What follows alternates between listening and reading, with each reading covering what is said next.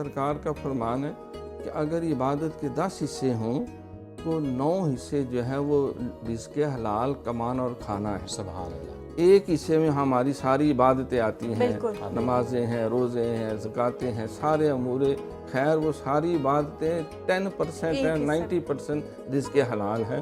اور اگر خدا نخواستہ فرمایا کہ وہ ایک لقمہ بھی آرام کا اس نے کھا لیا، چاہے وہ ناپ تول میں کمی کی یا جھوٹ بولا یا اس نے اور فراڈ کے جتنے طریقے ہیں وہ اختیار کیے، تو وہ 40 دن تک وہ جو 10% دین ہے وہ بھی مشکوک ہو جاتا ہے، اس کی عبادتوں سے قبولیت بھی اٹھا لی جاتی ہے، اور وہ اپنے اگر ہاتھ اللہ کی بارگاہ میں ایسا شخص اٹھا کے اتنے اونچے کرے کہ عرش کے ساتھ لگ جائیں، اللہ فرماتا ہے کہ تیری دعا قبول نہیں ہو سکتی، اس لیے کہ تیرا جسم حرام کمائی سے بنا، تیرے جسم میں خون حرام کمائی کا، تیرے جسم پہ لباس حرام کمائی کا، تیری دعا کیسے قبول کریں؟ تو بے شک روئے بھی، تو مسافر بھی ہو، تو پرا گندہ حال بھی ہو، تیرے بال بھی الجھ جائیں۔